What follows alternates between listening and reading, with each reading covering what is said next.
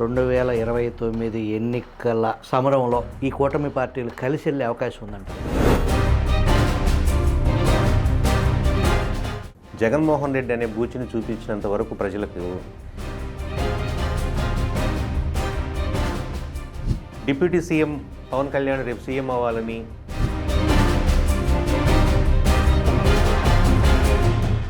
FRBM పరిధి దాటి విచ్చలవిడి అప్పుకి ప్రయత్నం చేస్తే అది కనపడుతోంది కదా బహిరంగంగానే.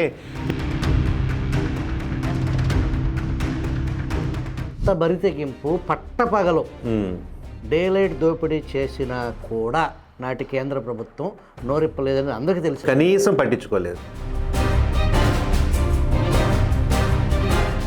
మీరు సాయిరెడ్డి రాజకీయాల నిష్క్రమణకు సంబంధించిన ఎక్స్లో పోస్ట్ చేసిన దాంట్లో కింద ఆంధ్రప్రదేశ్లో నా ఉన్నతికి సహకరించిన ప్రధానమంత్రి మోడీ గారికి, హోమ్ మినిస్టర్ అమిత్ షా గారికి ప్రత్యేక కృతజ్ఞతలు అని ముగించారు ఆయన.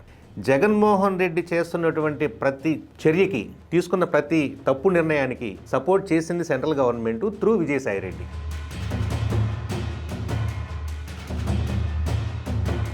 అధికారం పంచుకుంటున్నటువంటి డిప్యూటీ సీఎం ఏదన్నా సంఘటన జరిగితే ఆయన స్పందించడం అంటే, ఓవర్ రియాక్ట్ అవ్వటం అంటే, అది నాకు సంబంధం లేదు, నా పార్టీకి సంబంధం లేదు, అది మీది అని చెప్పేసి ఈయన ప్రభుత్వం వేరు నేను వేరు అనే సంకేతాలు.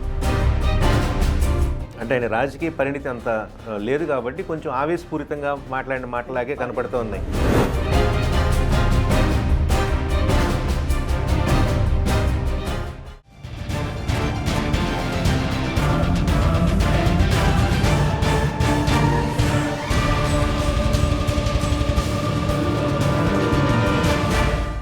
Welcome to Telugu one. ప్రముఖ విద్యావేత్త, అమరావతి జేఏసీ ఉద్యమకారులు గద్దె బుచ్చి తిరుపతిరావు గారు మన నేటి అతిథి. ఆంధ్రప్రదేశ్ టు న్యూఢిల్లీ ప్రస్తుత రాజకీయాలపై చర్చించడానికి మన స్టూడియోలో అందుబాటులో ఉన్నారు. వెల్కమ్ తిరుపతిరావు గారు. నమస్తే.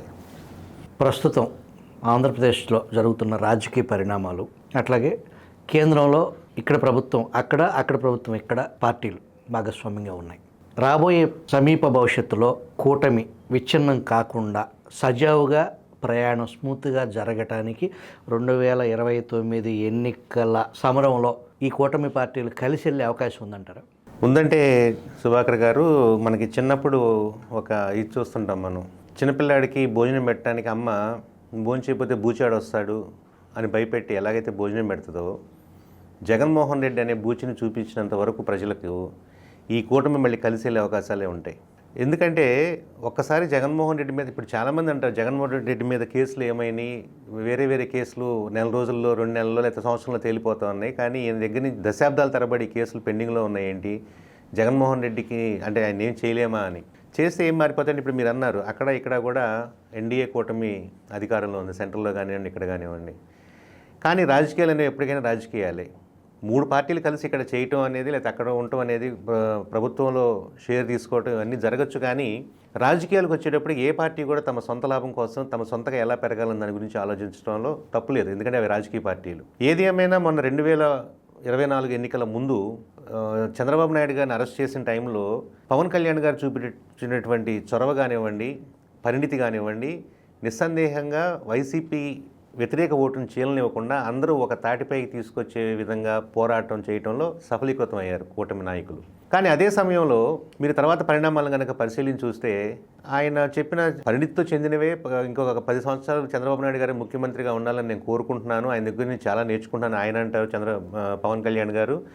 అలాగే లోకేష్ గారు కూడా నాకు అన్నలాంటి వాడు పవన్ కళ్యాణ్ ఆయన అంటాడు. చంద్రబాబు నాయుడు గారు కూడా అట్లాగే ఉన్నారు.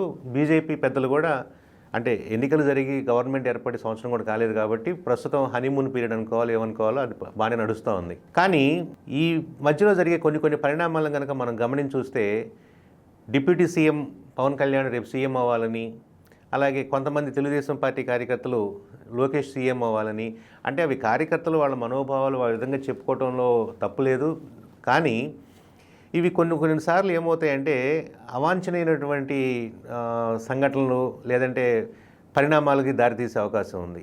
ఇప్పుడు రాజకీయాల్లో నువ్వు పెద్ద నేను పెద్ద, నువ్వు గొప్ప నేను గొప్ప అన్న విషయానికి వస్తే, ప్రస్తుతం బయటికి లోపల ఏం జరుగుతుందో మనకు తెలియదు, కానీ బయటికి మాత్రం ఆంధ్రప్రదేశ్, అమరావతి, పోలవరం వీటి అభివృద్ధి గురించే కూటమి నాయకులు అందరూ మాట్లాడుతూ ఉన్నారు. దానికోసమే కృషి చేస్తూ ఉన్నట్లు ఉన్నారు. సరే, చిన్న చిన్న లోటుపాట్లు జరుగుతూ ఉంటాయి ఎక్కడైనా, జాప్యం జరగడం కానీ. ఎందుకంటే గత 5 సంవత్సరాల్లో జగన్మోహన్ రెడ్డి రాష్ట్రానికి చేసిన విధ్వంసం అలాంటిది.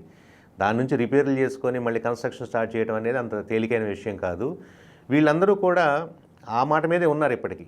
కేంద్రం కూడా మీకు కావాల్సిన సహాయం చేస్తానంటుంది. అలాగే ఇక్కడ నాయకులు కూడా పార్టీలకు అతీతంగా కూటమి ఆంధ్ర రాష్ట్ర అభివృద్ధికి కట్టుబడి ఉన్నామని చెప్తా ఉన్నారు. కానీ కొన్ని విషయాలు మనం గమనిస్తే, ఉదాహరణకి ఈ మధ్య అమిత్ షా గారు ఆంధ్రప్రదేశ్ పర్యటనకు వచ్చినప్పుడు గత 5 సంవత్సరాల్లో జగన్ చేసినంత అరాచకం అన్నారు. ఇక్కడ సామాన్య ప్రజలకు కానివ్వండి, ఎవరికైనా వచ్చే మామూలు సందేహాలు ఏంటంటే, మరి 5 సంవత్సరాలు అరాచకం జరుగుతున్నప్పుడు కేంద్రంలో ఉన్న మీరేం చేస్తున్నారు? పరిమితులకు మించి రుణాలు ఇవ్వడానికి ఎలా ఒప్పుకున్నారు? అలాగే ఇక్కడ చేస్తున్న ప్రతి దానికి నాకు వెనక బీజేపీ నేతల సపోర్ట్ ఉంది అని చెప్పి జగన్మోహన్ రెడ్డి ఇక్కడ బహిరంగంగా చెప్తున్నప్పుడు దాన్ని ఖండించే ప్రయత్నం కూడా మీరు చేయకుండా, జగన్ ఏ విధంగా చేయాలనుకుంటున్నాడో ఆ విధంగా చేసే విధానికి మీరు సహాయపడ్డారు అంటే, మరి ఆ సమయంలో మీరు జరుగుతున్న అరాచకం మీరు గుర్తించలేదా? లేదంటే తర్వాత మళ్ళీ ఎన్నికలైన తర్వాత అప్పుడు పరిస్థితిని బట్టి మనం చూసుకోవచ్చులే అని వీళ్ళు అనుకున్నారా? అది ఇవన్నీ రాజకీయాలు కాబట్టి మనం వాటి గురించి, సామాన్య ప్రజల్లో వచ్చే ప్రశ్నలు ఇవన్నీ. 5 ఏళ్ళు కళ్ళు మూసుకున్నారా ఇంత అరాచకం జరుగుతుంటే? అంటే పరోక్షంగా మీరు సహాయం చేసినట్లే కదా. మరి సిబిఐ కేసులు అన్నారు, ఈడీ కేసులు అన్నారు, రోజువారీ విచారణలు అన్నారు, ఇక నుంచి ఆయన విచారణకి రాక తప్పదన్నారు. కానీ జగన్మోహన్ రెడ్డి గారు బాగానే తిరుగుతూ ఉన్నారు. ఇదే ఒక సామాన్యమైన వ్యక్తిని ఎక్కడ దాకా, ఎందుకంటే మీరు చిన్న ఉదాహరణ తీసుకోండి, కోడికత్తి సీన్ ఎన్నేళ్ళు పెట్టారు లోపల. ఒక చిన్న వాళ్ళంతా వాళ్ళు ప్లాన్ చేసుకొని జరిపించిన దాడికి ఒక అతన్ని బలిపశువుని చేసి అతన్ని 5 సంవత్సరాలు 6 సంవత్సరాల పాటు 10 సంవత్సరాల పాటు జైల్లో ఉంచగలిగిన మీరు, ఇంత తీవ్రమైన ఆర్థిక నేరాలు చేసినటువంటి వ్యక్తిని కనీసం విచారణకు కూడా రాకుండా డిశ్చార్జ్ పిటిషన్ల మీద దశాబ్దాల పాటు కాలం గడిపేస్తూ ఉంటే దీనికి కేంద్రం సపోర్ట్ లేదని మనం అనుకోగలమా? సామాన్యంగా ప్రజల్లో వచ్చే సందేహాలు ఇవన్నీ. అదేవిధంగా జగన్మోహన్ రెడ్డి మీరు అంటున్న అరాచకం ప్రతి దానికి కూడా కేంద్ర ప్రభుత్వం నుంచి ఆ రోజు సపోర్ట్ వచ్చింది. మరి ఆ రోజు ఏమయ్యారు? అమరావతి మీద మేము న్యాయ పోరాటం జరుపుతూ ఉంటే సెంట్రల్ గవర్నమెంట్ నుంచి, హోంశాఖ నుంచి అఫిడవిట్లు వచ్చినాయి, అమరావతి ఒక్కటే కాదు అన్నట్లుగా. అంటే పూర్తిగా వాళ్ళు అమరావతి రాజధాని కాదు 3 రాజధానులు పెట్టుకోవాలని చెప్పలేదు. కానీ జగన్మోహన్ రెడ్డి 5 సంవత్సరాల పాటు ఆడిన నాటకానికి 3 రాజధానులు అన్నదానికి ఇది కాదు అని ఖండించే పరిస్థితి కూడా కేంద్రం ఎప్పుడు చేయలేదు. దానికి సపోర్టివ్గానే వాళ్ళు కోర్టులో సబ్మిట్ చేసిన అఫిడవిట్స్ ఉన్నాయి. మరి వీటన్నిటికీ ఏం చెప్పాలి? ఆర్థిక విధ్వంసం ఈ విధంగా జరుగుతోంది, ఇన్ని లక్షల కోట్లు అప్పులు అయిపోయినాయి, అసలు ఎక్కడా కూడా ఇప్పుడు రిపోర్ట్స్ వస్తున్నాయి అంటున్నారు. ఆ రోజున లేదా రిపోర్ట్స్ రాలేదా? మరి వాటిని ఎక్కడ మీరు ఖాతరు చేశారు? కాబట్టి నేను అనేది ఏంటంటే, ఆ రోజు ఎఫ్ఆర్బిఎం పరిధి దాటి విచ్చలవిడి అప్పుకి ప్రయత్నం చేస్తే రాచమార్గంలో అప్పులు దోసుకు తీసుకొచ్చడానికి అవును ఒక రకమైన సపోర్ట్ అనేది నాటి కేంద్ర ప్రభుత్వం సహాయం చేసిందనే చెప్పుకోవాలి కదా బహిరంగంగా. అది కనపడుతోంది కదా బహిరంగంగానే. ఇప్పుడు రాబోయే మద్యపాన నిషేధం చేస్తానని చెప్పి వచ్చిన వ్యక్తి, ఆ ఓట్లతో గెలిచిన వ్యక్తి రాబోయే 20-10 సంవత్సరాలు కూడా మద్యం మీద వచ్చే ఆదాయాన్ని పెట్టి దాన్ని పెట్టి ఒక కార్పొరేషన్ పెట్టి దాని మీద అప్పు తీసుకురాగలిగాడంటే అక్కడ నిబంధనల ఉల్లంఘన కానివ్వండి, హామీల ఉల్లంఘన కానివ్వండి ఏ స్థాయిలో జరిగిందో కేంద్ర ప్రభుత్వ పెద్దలకు తెలియదా?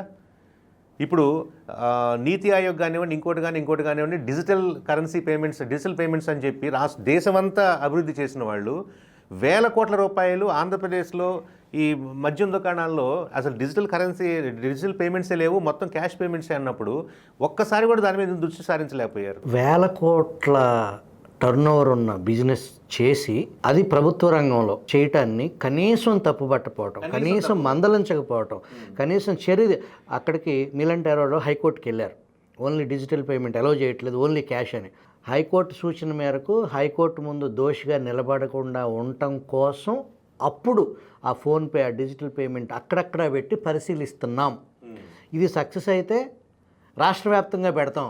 అప్పటికే కరోనా సమయంలో చిన్న కూరగాయలు అమ్ముకునే, ఆకుకూరలు అమ్ముకునే కూరగాయల అమ్మి దగ్గర కూడా ఫోన్పేలు వచ్చినాయి.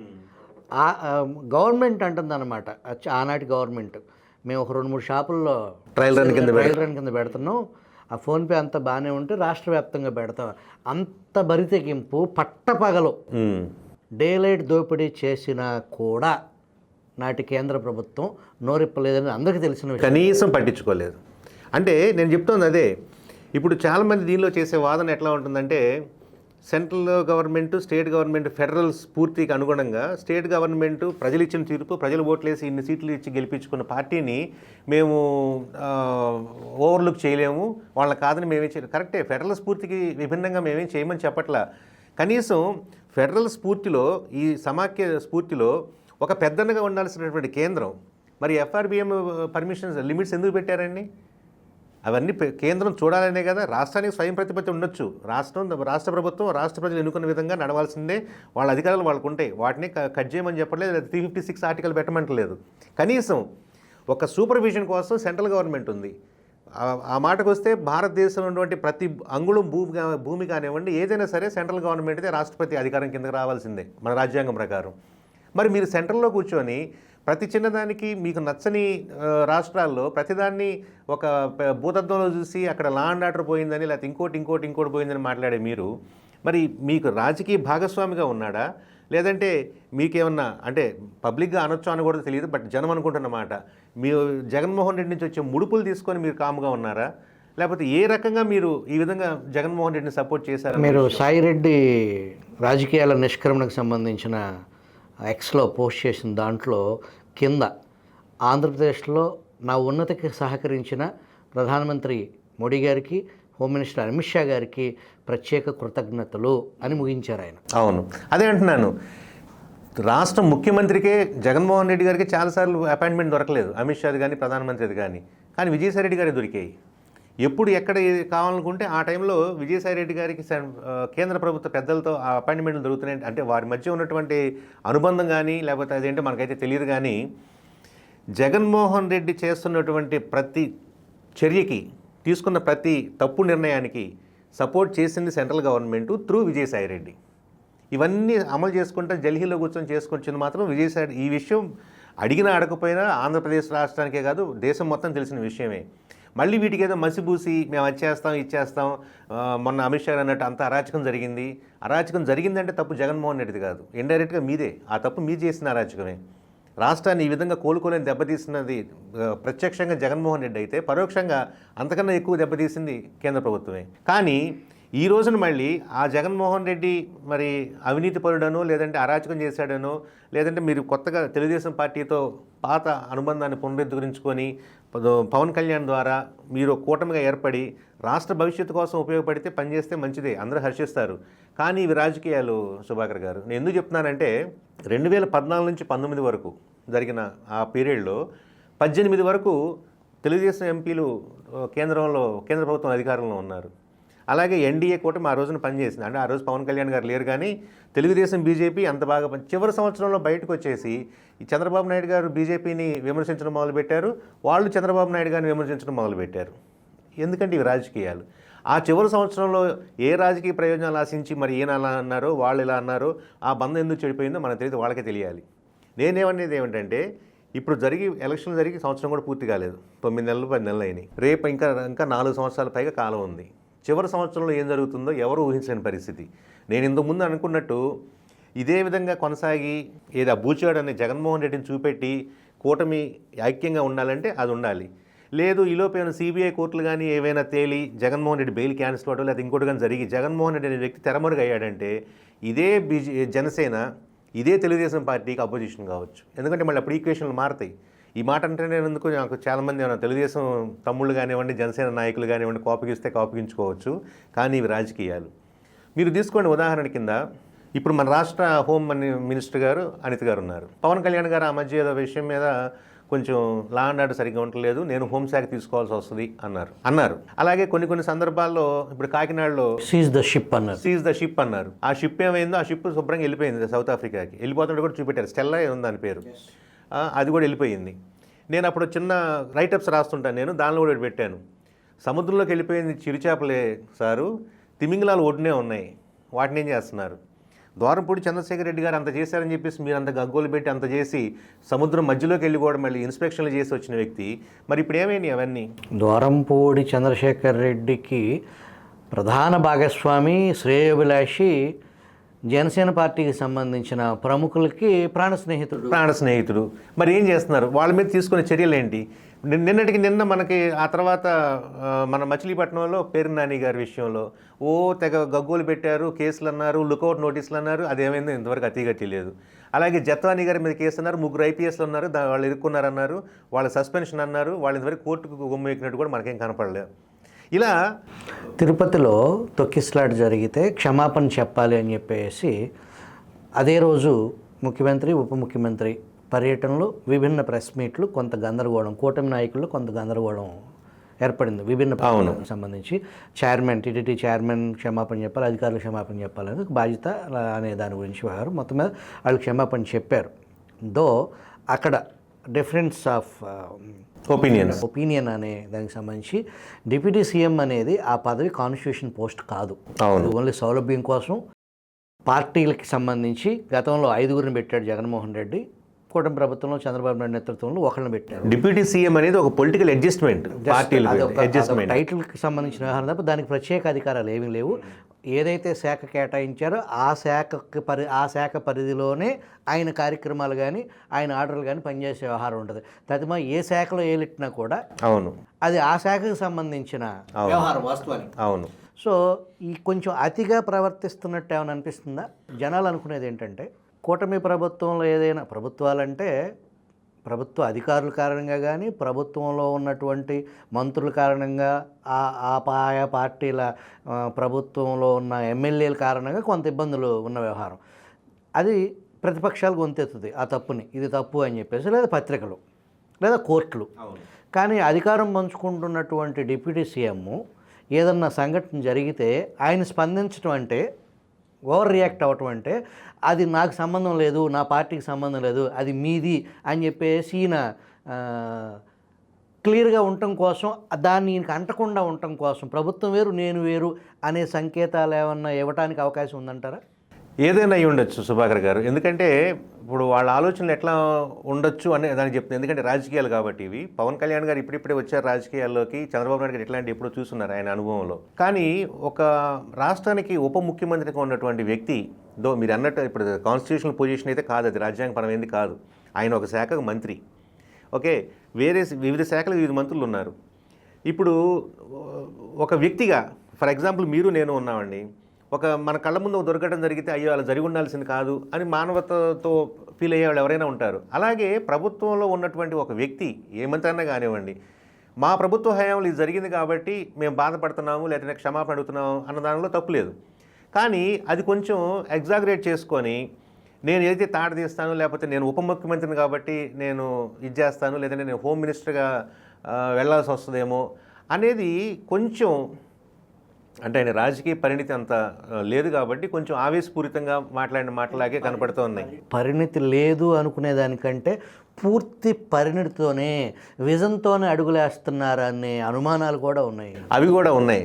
కానీ దాన్ని కూడా నేను పరిణితి లేకుండా చేస్తున్నానని అనుకుంటాను నేను. ఎందుకంటే వాళ్ళు ఊహించుండొచ్చు, ఆయన పక్కన ఉన్న వాళ్ళు కానివ్వండి, లేకపోతే ఆయనకే ఉండొచ్చు, లేకపోతే ఇంకోటి ఈ మధ్య ఇంకోటి కూడా వచ్చింది, మర్చిపోయాను. విజయసాయి రెడ్డి గారు ఖాళీ చేసిన రాజ్యసభ సభ్యత్వానికి చిరంజీవి గారిని పంపిస్తారని ఊహాగానాలు కూడా వస్తున్నాయి. తద్వారా ఆయన్ని మళ్ళీ కేంద్రంలో మంత్రి వర్గంలో తీసుకుంటారనో, లేదంటే రకరకాలుగా ఉన్నాయనో అనేకమైన ఊహలు వస్తూ ఉంటాయి. ఇప్పుడు పరిణితితోనే మీరు అన్నట్లుగా పరిణితితోనే ముందు ఊహించి రాబోయే రోజుల కోసం ఒక వ్యూహాత్మకంగా అడుగులు వేస్తున్నారు అనుకుంటే కూడా అది కూడా పరిణితి లేకపోవటమే. ఎందుకంటే పవన్ కళ్యాణ్ గారు అనే వ్యక్తి మీద నాకు గౌరవం ఉంది. ఎందుకంటే రాష్ట్రంలో స్తబ్దుగా ఉన్న ఏ విధంగా అయితే అమరావతి ప్రజలు ఈ రాష్ట్ర ప్రజలకి పోరాట తత్వాన్ని రుచి చూపెట్టారో, ఎందుకంటే 2019 జూన్లో ముఖ్యమంత్రి అయిన తర్వాత 2021 వరకు ఈ రాష్ట్రంలో జరుగుతున్న అన్యాయాలను కానీ అక్రమాలను కానీ ప్రశ్నించే ధైర్యం ఎవరికి లేదు ఒక రకంగా చెప్పాలండి. 2 సంవత్సరాలు పైబడి మొట్టమొదట జరిగింది మన త్రోవగుంట దగ్గర, నాగులుపులపాడు దగ్గర, మా పాదయాత్రలో చదలవాడ గ్రామం దగ్గర మొట్టమొదటిసారిగా పోలీసులను అడ్డుకొని మరి వాళ్ళని తోసేసి మరి అమరావతి రైతులు ముందుకు కదలటం. ఆ తర్వాత ఒక్కొక్కటి స్టార్ట్ అయినాయి. ఉద్యోగులు మన బీఆర్టీఎస్ రోడ్లో విజయవాడలో ఒక ర్యాలీ చేయటం కానివ్వండి, ఆ తర్వాత స్టార్ట్ అయినాయి. అలాగే ఈ రాష్ట్రంలో అరాచక పాలన మీద గొంతెత్తి రాజకీయ పరంగా వైసీపీ వ్యతిరేక ఓటును చీలనివ్వకుండా ఒక పోరాట పంథాల్లోకి తీసుకెళ్ళగలిగిన క్యాపబిలిటీ ఆ రోజున పవన్ కళ్యాణ్ గారికి ఉంది. ఆయన విధంగా హెల్ప్ చేశాడు కూడా, నేను కాదంటలేదు. వైసీపీ వ్యతిరేక ఓటు చీలకుండా ఉండడం కోసం అన్నమాట మీద నిలబడ్డారు. కూటమి కింద చంద్రబాబు గారికి నైతిక మద్దతు ఇచ్చారు, చేశారు, బాగానే ఉంది. కానీ ఇక్కడ భారతీయ జనతా పార్టీ ఆడుతున్న గేమ్ ఏంటనేది రాష్ట్రంలో చాలామందికి ఇప్పటికీ ఉన్న డౌట్సే. వాళ్ళ గత చరిత్ర చూసిన తర్వాత, వేరే రాష్ట్రాల్లో వాళ్ళు చేసిన ప్రయత్నాలు చూసిన తర్వాత, వాళ్ళ ట్రాక్ రికార్డ్ చూసిన తర్వాత, రేపు పవన్ కళ్యాణ్ని కూడా ఏదన్నా వీళ్ళు మ్యానిపులేట్ చేసి చంద్రబాబు నాయుడు గారికి వ్యతిరేకంగా తెలుగుదేశం పార్టీని తొక్కేసి మళ్ళీ వీళ్ళు ఏవైనా అధికారాలను రాష్ట్రంలో వాళ్ళు బలం పెంచుకోవాలనుకోవడం ఏ రాజకీయ పార్టీ అని తప్పులేదు. ఒక బీజేపీ కావచ్చు, ఇంకోటి కావచ్చు, బీఆర్ఎస్ కావచ్చు, ఇంకోటి కావచ్చు, రాజకీయంగా ఎదగాలనుకోవడం తప్పులేదు. కానీ దానికోసం భారతీయ జనతా పార్టీ అవలంబిస్తున్న విధానాల మీదే దేశం మొత్తానికి కూడా చాలా డౌట్స్ ఉన్నాయి, అభ్యంతరకరం, చాలా అభ్యంతరాలు ఉన్నాయి. ఏ విధంగా వెళ్దాం అనుకుంటున్నారు మీరు? ప్రజలకు మంచి చేసో, ప్రజల కోసం పోరాడో, మీరు ఓట్ బ్యాంక్ పెంచుకొని ప్రజలు మిమ్మల్ని ఆదరిస్తే తప్పులేదు దానిలో. కానీ ఇటువంటి రాజకీయాలు చేసి ఆపరేషన్ ఆకర్షలని లేకపోతే ఇంకోటి అని చెప్పి మీకు నచ్చని పార్టీ గెలిస్తే ఆ ప్రభుత్వాన్ని కూల్చే ప్రయత్నాలు చేయటం, ఇలాంటి వాటి వల్ల మీరు తాత్కాలికంగా లాభం పొందినట్టు కనపడుతుందేమో కానీ వాస్తవంగా మీరు ప్రజల్లో నమ్మకం కోల్పోతున్నారు. భారతీయ జనతా పార్టీ అంటేనే ఒక నమ్మకం లేని వ్యక్తిగా, ఒక పార్టీగా ఈ దేశ ప్రజలంతా అనుకునే స్టేజ్కి వచ్చారంటే దానికి మీరు అవలంబించిన పద్ధతులే కారణం. ఇంతకుముందు వేరే రాష్ట్రాల్లో జరిగింది అదే ఇప్పుడు ఆంధ్రాలో కూడా చేయబోతున్నారా? దానికి ఏమన్నా మన పవన్ కళ్యాణ్ గారిని బలిపశువు అని ఎందుకు అంటున్నానంటే, నేను మీరు అన్నారు కదా, వాళ్ళ మాటలు విని ఏదైనా ముందస్తు వ్యూహాలతో జరగబోయే రోజుల మీద వ్యూహంతో పరిణితి చెందిన రాజకీయం చేయబోతున్నారేమని. అదైతే పరిణితి లేని రాజకీయం అని అంటాను నేను. వాళ్ళ ట్రాప్లో ఏమైనా పడుతున్నారా? నాకు ఎప్పటికీ అర్థం కాని విషయం అంటే, సుభాకర్ గారు, గత ఎన్నికలకు ముందు చాలా సంవత్సరాల క్రితం అమిత్ షా గారు హైదరాబాద్ వచ్చినప్పుడు జూనియర్ ఎన్టీఆర్ గారిని పిలిచి అరగంట మాట్లాడారు. ఏం మాట్లాడారు? ఇప్పటికీ నాకు అర్థం కాని $100,000 బిలియన్ క్వశ్చన్ అది. ఏం మాట్లాడారు జూనియర్ ఎన్టీఆర్ గారితో? పార్టీలో రమ్మన్నారా? లేదంటే నువ్వు అట్లా కాముగా ఉండి కొన్ని రోజుల తర్వాత మళ్ళీ ఈ తెలుగుదేశం పార్టీ అంతు చూస్తాము, తర్వాత మళ్ళీ పవన్ కళ్యాణ్ లేకపోతే అప్పుడు నిన్ను కూడా మళ్ళీ తీసుకొచ్చి ఒక స్థానంలో పెడతామన్నారా? ఇవన్నీ ఊహాగానాలు. అంటే విషయం తెలియనప్పుడు ఒక్కొక్కడికి 100 ఊహలు వస్తూ ఉంటాయి. ఏం మాట్లాడారు అమిత్ షా గారు అనేది నాకు ఇప్పటికీ అర్థం కనిపిస్తున్నా.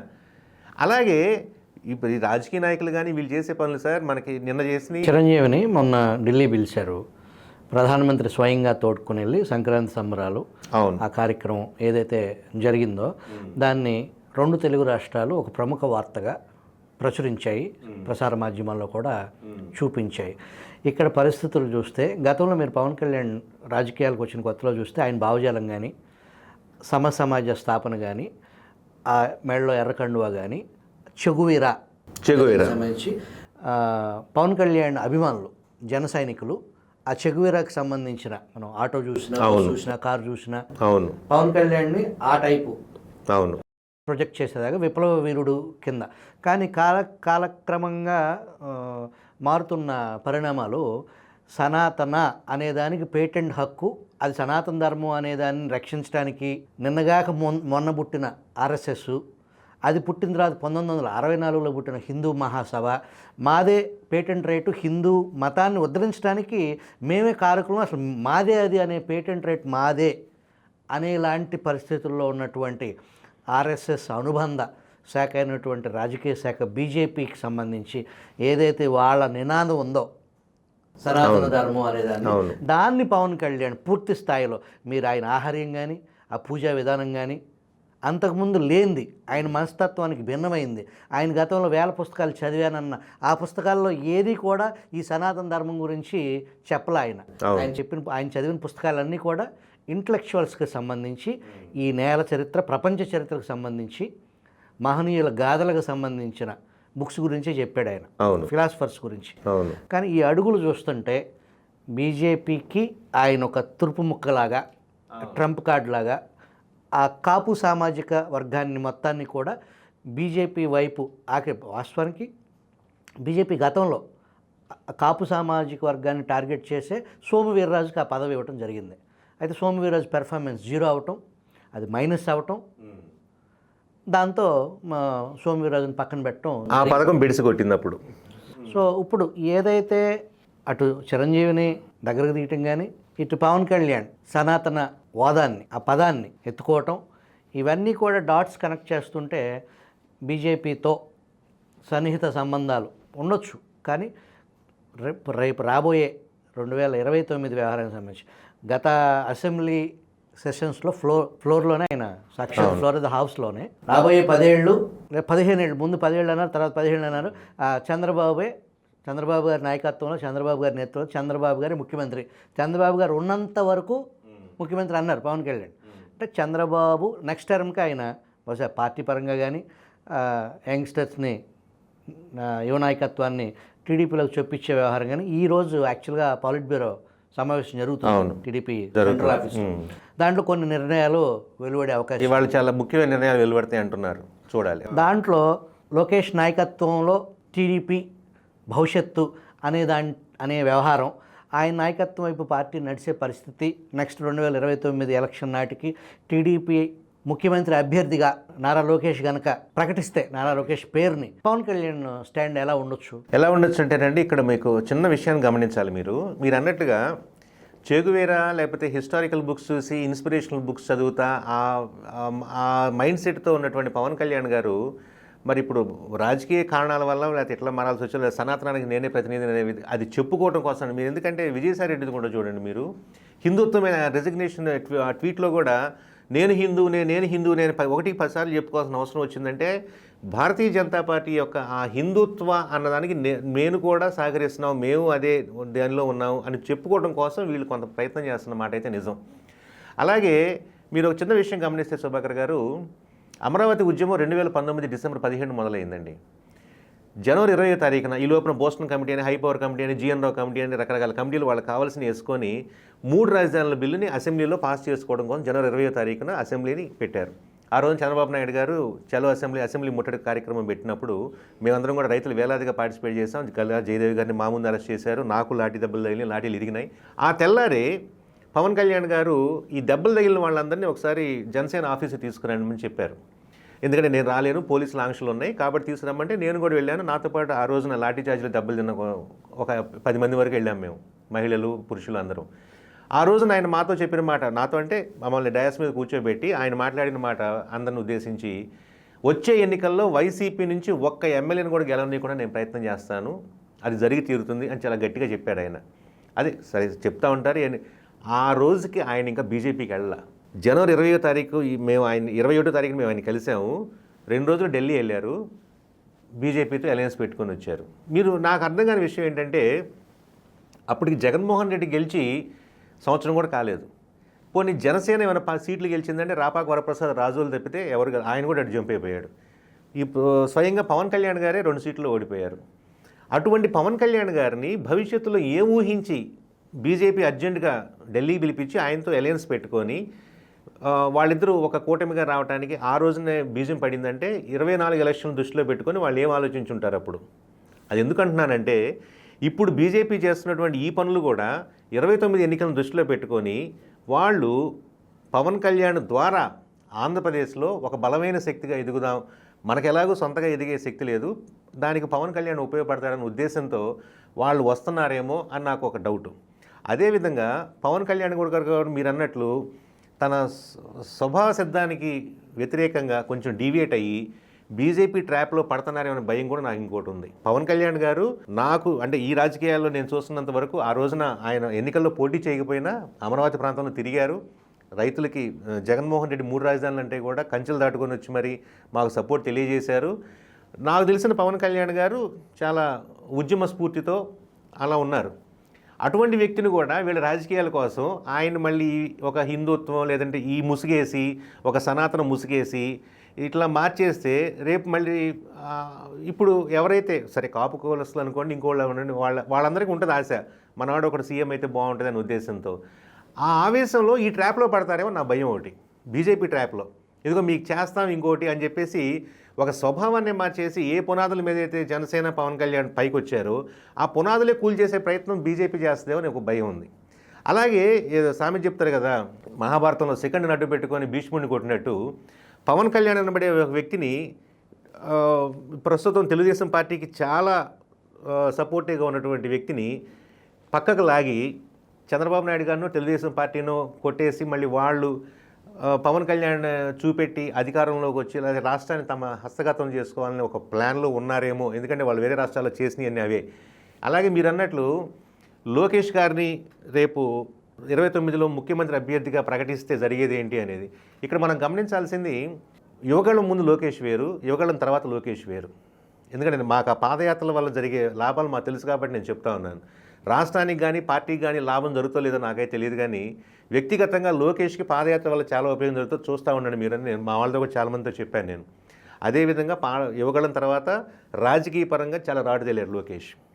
ఇప్పుడు సమస్య ఎక్కడ వచ్చిందంటే, లోకేష్ని కనుక రేపు 29 ఎన్నికలకి అభ్యర్థిగా ఇప్పుడైతే నాకు తెలిసి ఆ సాహసం చంద్రబాబు నాయుడు గారు చేస్తారని నేను అనుకోను. ఎందుకంటే వీళ్ళు ఇంకా కలిసి ప్రయాణం చేయాల్సిన 4 సంవత్సరాలు ఉన్నాయి. ఇప్పుడే కూటమిలో లుకలుకలు డెఫినెట్గా ఒక వ్యక్తిని లోకేష్ గారిని ప్రొజెక్ట్ చేస్తేనేమో ఈ కాపు సంఘాలు కానివ్వండి, వీళ్ళందరూ కానీ ఉన్నారు కదా కొంతమంది సీనియర్ లీడర్లు, వాళ్ళు పవన్ కళ్యాణ్ రెచ్చగొట్టే ప్రయత్నాలు చేస్తారు. అసలు బలం నువ్వైతే మళ్ళీ వాళ్ళ అబ్బాయిని చూసుకున్నాడు చూడు, అది మన రాజకీయాల్లో విచ్ఛిన్నం చేయడం చాలా తేలికండి. కులాల మధ్య వైరం పెట్టడం కానీ ఇంకోటి చేయడం కానీ చాలా తేలిక. అలాగే పవన్ కళ్యాణ్ చేస్తే ఇదే సమస్య తెలుగుదేశం పార్టీలో జరుగుతుంది, వస్తుంది ఇదే సమస్య. కాబట్టి ఇప్పటికిప్పుడే 29 ఎన్నికలకి ఎవరు ముఖ్యమంత్రి అభ్యర్థి అన్న విషయాన్ని ఇప్పుడే డిక్లేర్ చేస్తారని చంద్రబాబు నాయుడు గారు నేనైతే అనుకోను. ఎందుకంటే జరగాల్సినవి చాలా ఉన్నాయి 4 ఏళ్ల పాటు. అందులోనూ ముఖ్యంగా ఏదో జమిలీ అంటున్నారు, అది ఎప్పటికి వస్తుందో మనకు తెలియదు, వస్తుందో రాదో కూడా 29లో మనకు తెలియదు. కాబట్టి ఇవన్నిటిని దృష్టిలో పెట్టుకొని దానికి తగ్గట్టు ఈ అమరావతి పోలవరం ఈ 2 కంప్లీట్ అయ్యే వరకు అయితే మాత్రం చంద్రబాబు నాయుడు గారు కూటమిలో ఏ విధమైనటువంటి పొరపక్షాలు రావడానికి కానీ భేదాలు రావడానికి కానీ ఒప్పుకోరు.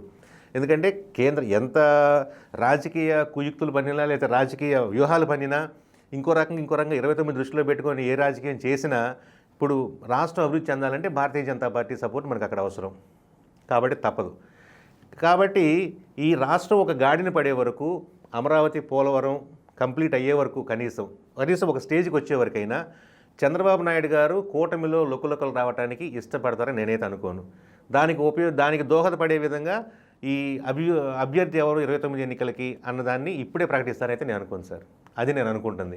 అనుకునే వాళ్ళు అనుకుంటూ ఉంటారు, ఈ పార్టీలో వాళ్ళు ఈ పార్టీ అని అనుకుంటారు, ఆ పార్టీలో వాళ్ళు ఆ పార్టీ అనుకుంటారు. ఎంత కూటమిలో ఉన్నా కానీ జన సైనికులే, తెలుగు తమ్ముళ్ళే. వీళ్ళని ప్రస్తుతం ఒక బూచోడు కలిపి ఉంచుతున్నాడు జగన్మోహన్ రెడ్డి అనే ఒక బూచోడు కలిపి ఉంచుతున్నాడు 3 పార్టీలని. రేపు ఆ బూచోడు కనుమరుగయ్యాడంటే ఎవరు ఎలా యాక్ట్ చేస్తారో, ఈక్వేషన్ ఎలా మారుతాయి అనేది వాళ్ళు తెలిసి ఉంటుంది. ఢిల్లీలో పెద్దలకు కానీ అనుభవం చంద్రబాబు నాయుడు గారికి కానీ వాళ్ళు తెలిసి ఉంటుంది, కానీ నా స్థాయికి అయితే నాకు ఊహ అందట్లేదు. డెఫినెట్గా మాత్రం ఈక్వేషన్లు మారుతాయి. ఎవరికైనా అపోజిషన్ కావచ్చు, ఎవరితోనే రేపు 29 ఎలక్షన్లో పోటీ పడాల్సి రావచ్చు. జగన్మోహన్ రెడ్డి బెయిల్ క్యాన్సిల్ అవ్వటమో లేదంటే ఆయన జైలుకి వెళ్ళడం కానీ జరిగిందంటే ఈ లోపే కూడా ఆల్మోస్ట్ వైసీపీ పార్టీ ఖాళీ అయిపోతుంది. ఇక్కడ ఇంకో చిన్న విషయం మీరు గమనించాలి సుభాకర్ గారు. పంచకల్ రమేష్ గారు వైజాగ్, బాలశౌరి గారు మొన్న ఈ మన ఒంగోలు ఇంతకుముందు మంత్రిగా చేస్తారు కదండి బాలినేని గారు, వీళ్ళందరూ జనసేనకి ఎందుకు వెళ్తున్నారు సార్? అలాగే కొంతమంది వైసీపీ ఖాళీ అయిపోతుంది, ఇక మన వైసీపీలో ఫ్యూచర్ లేదనుకున్న వాళ్ళు తెలుగుదేశంలో రాకుండా బీజేపీ పంచనో జనసేన పంచకి వెళ్తున్నారంటే కొంతమంది అర్థం చేసుకోవచ్చు, కొంతమంది తెలుగుదేశం పార్టీలు ఇమ్మలేరు. కానీ మీరు అబ్జర్వ్ చేసి చూస్తే నిశ్చితంగా ఒక పక్క మెల్లమెల్లగా జనసేన బలం పెరుగుతోంది. లేదంటే బీజేపీ భయపడో, కేసులకు భయపడో, లేకపోతే వాళ్ళ అక్రమార్జనలకి రేపు సెంట్రల్ నుంచి ఈడీఓ సిబిఐ వస్తే ఇబ్బంది పడతాం అనుకున్న వాళ్ళు బీజేపీకి వెళ్ళిపోతున్నారు కామ్గా.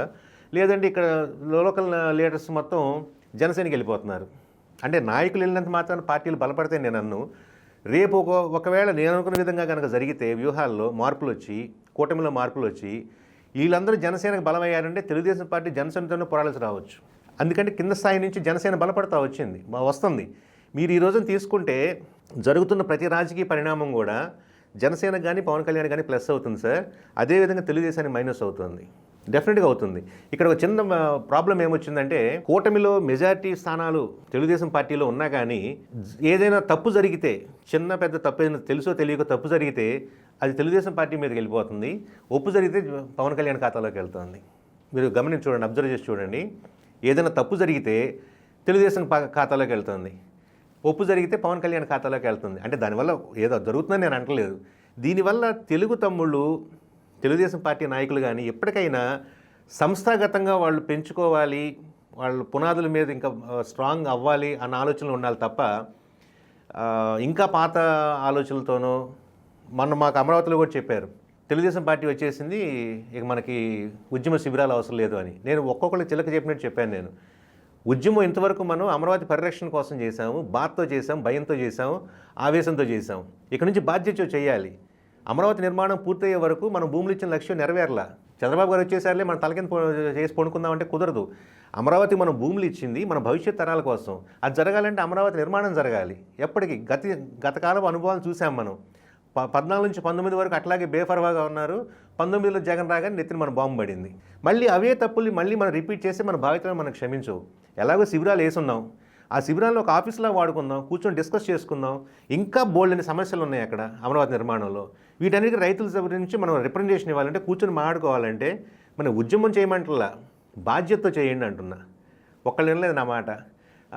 ఆయన ఫోన్ చేశారు, ఈయన ఫోన్ చేశారు, అచ్చెన్నాయుడు గారు తీసేయమన్నారు శిబిరాలు, ఉద్యమం అయిపోయింది, ఇంకా శిబిరాలు ఏంటన్నారు.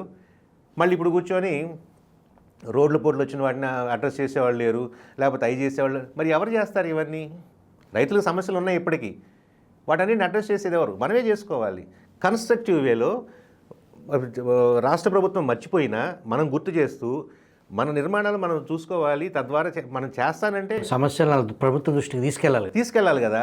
లేదంటే అంతా బాగానే ఉందంటారు చంద్రబాబు నాయుడు గారు. వాళ్ళకి తెలియదు కదా, సార్ ఇవి సమస్యలు ఉన్నాయి, మేము ఇట్లా కూర్చొని ఒక డెసిషన్కి వచ్చాం, లేదంటే ఒక సలహా ఇవ్వండి పోనీ. అమరావతి నిర్మాణంలో ఇదిగో మేము విధంగా ఆలోచించి ఇలా చేస్తే బాగుంటుంది సార్ అని చెప్పి ఒక నిర్ణయం తీసుకెళ్ళి ఆయన చెప్పండి, నచ్చితే ఆయన యాక్సెప్ట్ చేస్తారు. ఆయన కాదంటలేదు కదా. కనీసం అసలు అదేమి లేకుండా భారం మొత్తం మీదని చెప్పేసి వదిలేసి ఊరుకుంటే రేపు మన భవిష్యత్ తరాలు దెబ్బతింటాయి. వాళ్ళు మనకు క్షమించు. ఆ దైవదినం సర్వీస్ లాగానే లాస్ట్ టైం జరిగింది కదా. 14 నుంచి 19 వరకు జరిగినవి అవే. కనీసం జరిగిన తప్పుల నుంచి కూడా మనం పాఠాలు నేర్చుకోకుండా మళ్ళీ అదే అలసత్వం అదే విధంగా మనం చేద్దాం అనుకుంటే ఇక తర్వాత మనల్ని ఎవరు, దేవుడు ఎప్పుడైనా ఒక ఛాన్స్ ఇస్తాడు. 14 నుంచి 19 వరకు మనకు ఛాన్స్ ఇచ్చాడు, కానీ 19 నుంచి 24 వరకు కూడా ఒక ఇది చూపెట్టాడు. దుర్దశ అంటే ఎలా ఉంటుందో కూడా చూపెట్టాడు. భవిష్యత్తుల మీద భయంతో చచ్చిపోయిన వాళ్ళు ఉన్నారు కొంతమంది. కానీ 24 నుంచి మళ్ళీ 29 దాకా అవే తప్పులు చేస్తాను అంటే రేపు 29లో అనకూడదు అనుకోండి, 29లో మనకి జరగడానికి నేను జరిగితే దేవుడు కూడా మనం క్షమించాడు. ఇంకా అమరావతి ఉద్యమంలో 3 రాజధానులు అని ఆ నేల మీదే ఆ రైతుల మీద పిడుగులాంటి వార్త ప్రకటించిన సందర్భంగా వందలాది మంది రైతులు చనిపోయారు. కూటమి ప్రభుత్వం ఏర్పడింది. వాళ్ళకి సంబంధించిన అమరులైన వారికి సంఘీభావంగా కూటమి ప్రభుత్వ పెద్దలు ఒక సభను నిర్వహించారా? నేనేదే అంటున్నాను, ఆ బాధ్యత మేము రైతులను చూసుకోవాలి. కూటమి పెద్దల దగ్గరికి వెళ్ళి మా ఎమ్మెల్యే దగ్గరకో ఇంకోళ్ళ దగ్గరకో, అంటే వాళ్ళ మనసులో ఉందో లేదో మనకైతే తెలియదు. మన పని మనం చేయాలి కదా సార్. ఇదిగో ఇంతమంది రైతులు చనిపోయారు, వీళ్ళ గురించి మనం చేద్దాము, ఈ ప్రపోజల్ ఎట్లా ఉంది, వీళ్ళకి ఆర్థిక సహాయం చేయటం ఆ కుటుంబాలకి, అలాగే వాళ్ళ తరపున ఒక స్తూపం కట్టడమా, ఏదన్నది రైతుల నుంచి వెళ్ళి చెప్పాలి. ఆ బాధ్యత మా రైతుల మీదే ఉంది. నేను దానికోసమే చెప్పాను. నేను ఆ శిబిరాలు అట్లాగే ఉంచండి, ఇలాంటి చేయాల్సినవి చాలా ఉన్నాయి. మనం కౌలు రాలేదు అన్నారు, కౌలు రాగానే పాలాభిషేకాలు చేశారు, ఇది చేశారు.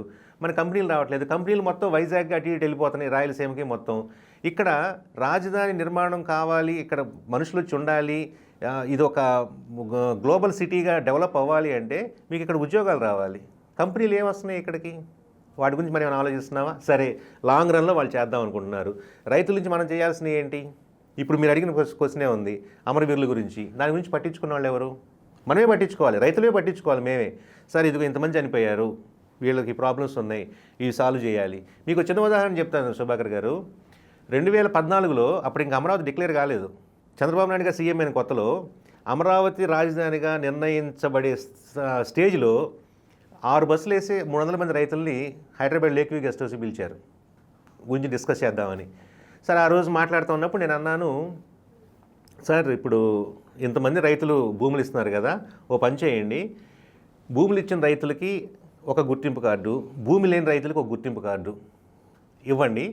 అదేంటంటే ఆ గుర్తింపు కార్డు అనేది రేపు రాబోయే ఉద్యోగ కల్పనలో ఈ గుర్తింపు కార్డు ఉన్న వాళ్ళకి ఒక 10% ఉద్యోగ రిజర్వేషన్ ఇవ్వండి అంటే అన్నాడు. రిజర్వేషన్లు ఇస్తే కంపెనీలు రావు తమ్ముడు అన్నారు. సార్ నేను అడుగుతుంది క్యాస్ట్ వైజ్ రిజర్వేషన్లో మతం వైజ్గానో కాదు, లోకల్ ప్రయారిటీ. ఈ లోకల్ ప్రయారిటీలో కూడా అన్ని క్లాసెస్లు ఇవ్వమని నేను అంటలేదు. ఇప్పుడు మిడిల్ మేనేజ్మెంట్ వరకు కూడా ప్రతి సంస్థలో కూడా అంత పట్టించుకోరు. టాప్ మేనేజ్మెంట్లో అంటే వాళ్ళకి కావాల్సిన క్రీమ్ని మేధావులు ఎక్కడి నుంచో తెచ్చుకుంటారు. కానీ కింద లెవెల్లోనో మిడిల్ లెవెల్ వరకు కూడా ఆ ప్రాంతంలో అరుగులైన వాళ్ళనే చూడండి, ఆ ప్రాంతంలో గ్రాడ్యుయేట్ అయిన వాళ్ళనే చూడండి, లేదంటే ఇంకొక డిప్లొమా చేసిన వాళ్ళనే చూడండి. సరిపోయే స్కిల్ ఉన్న వాళ్ళలోనే ఆ ప్రాంతం వాళ్ళ ప్రయారిటీ 10% అని. ఇంతవరకు అది ఇంప్లిమెంట్ కాల. మరి అదే జగన్మోహన్ రెడ్డి స్థానికులకి 70% ఉద్యోగాలు రిజర్వ్ చేస్తామని చెప్పేసి పబ్లిక్గా స్టేట్మెంట్ ఇచ్చినప్పుడు అందరూ సపోర్ట్లు కొట్టారు. నేను అడిగింది అమరావతిలో 10%, దానికి తగ్గ స్కిల్ ఉన్న వాళ్ళని ఒక్క 10% లోకల్ ప్రయారిటీ ఇవ్వండి. వాళ్ళు కూడా ఆ తరాలు, అది కూడా 2 తరాలకి ఇవ్వమని చెప్పాను. ఆ గుర్తింపు కార్డు పర్మనెంట్ కాదు, 2 తరాలకి ఇవ్వండి. ఎందుకంటే ఇది కన్స్ట్రక్షన్ అయిపోయి మొత్తం వచ్చి ఎంప్లాయ్మెంట్ని ఎంజాయ్ చేసే స్టేజ్ వచ్చినప్పుడు 2వ తరం వచ్చేస్తుంది.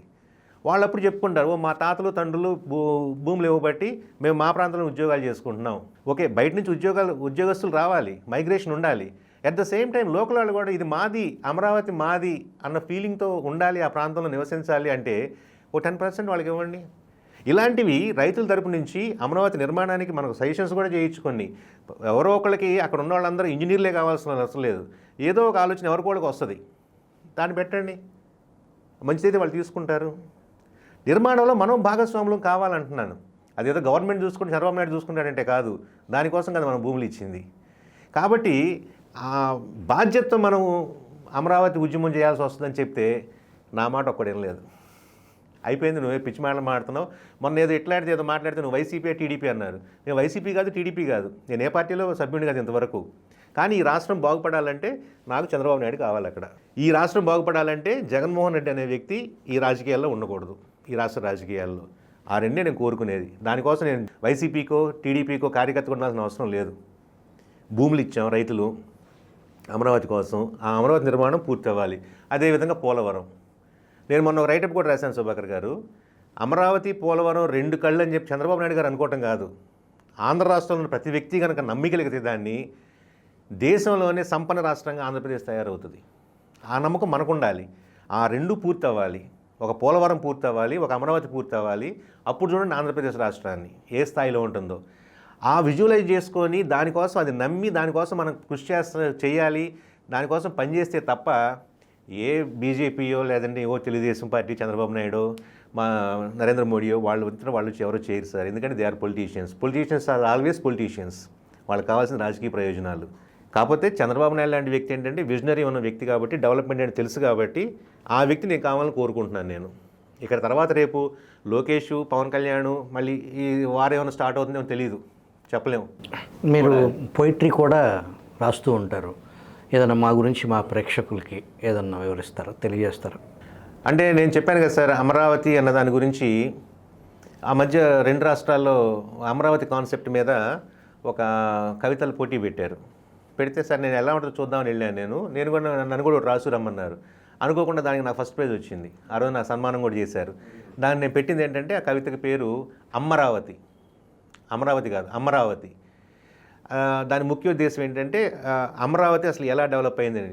సర్వ కులాల కమ్మికతో, సర్వ మతాల సమ్మతితో, ఉగ్ర నరసింహుని అంటే మనకు మంగళగిరిలో ఉన్న ఉగ్ర నరసింహస్వామి, దుర్గమ్మ కరుణా కటాక్ష వీక్షణాలతో రూపుదిద్దుకున్నటువంటి మన అమరావతి దేశ దిమ్మరులై తిరుగుతున్న తెలుగువారిని, అంటే ఇక్కడ ఉద్యోగాలు లేక దేశాలకు వెళ్ళిపోయారు తెలుగువారిని, రొమ్ము విరిచి చేరబిలిచిన అమరావతి అలాగే బాలారిష్టాలను దాటుకొని అగ్ని పునీతమై బయటకు వచ్చింది. ఎందుకంటే మొదట్లో చాలామంది చెప్పారు మన వైసీపీ మంత్రులు అక్కడ కన్స్ట్రక్షన్ నిలబడదు, ఇంకోటి ముంపు ప్రాంతం వాటన్నింటి తట్టుకొని అగ్ని పునీత అంటే సీతాదేవి ఏ విధంగా అయితే వచ్చిందో ఆ విధంగా బయటకు వచ్చింది మన అమరావతి.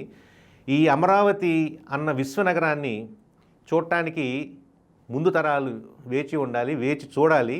అప్పుడు చూడండి అమరావతి యొక్క గొప్పతనం అని చెప్పి నేను రాసిన అమరావతి అన్న కవితకి చిన్నదే దాని ఫస్ట్ పేజ్ వచ్చింది ఆ రోజు. అలా అమరావతి ఉద్యమం మీద కానివ్వండి, అమరావతి ఫ్యూచర్లో ఎలా ఉండాలని దాని గురించి కానివ్వండి ఒక 140 దాకా రాశాను. ఇప్పుడు కవితలు కొంచెం ఎక్కువ అవుతున్నాయి అని చెప్పి చిన్న చిన్న రైటప్స్ రాస్తూ ఉన్నాను, తిరుచరణాలు అని. అంటే నా ఉద్దేశం నాకేదో రాయటం వచ్చు లేదంటే నేను కవిని అని కాదు.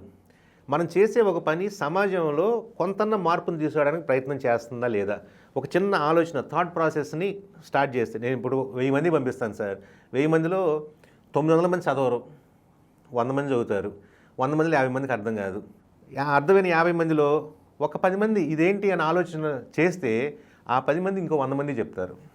సో మనం చేసే ఒక పని వల్ల సమాజానికి కొంతన్న ప్రయోజనం ఉండాలి. ఊరికే నాకు రాయటం వచ్చు అని చెప్పేసి గంటల కూర్చొని అది కవిత్వం అని చెప్పేసి ప్రతి ఒక్కళ్ళ మీద పంపడం నా ఉద్దేశం కాదు. అలా నా చేతనైనంతవరకు కృషి నేను చేస్తూ ఉన్నాను. ఇది నేటి అతిథి గద్దె బుచ్చి తిరుపతిరావు గారితో చర్చా కార్యక్రమం.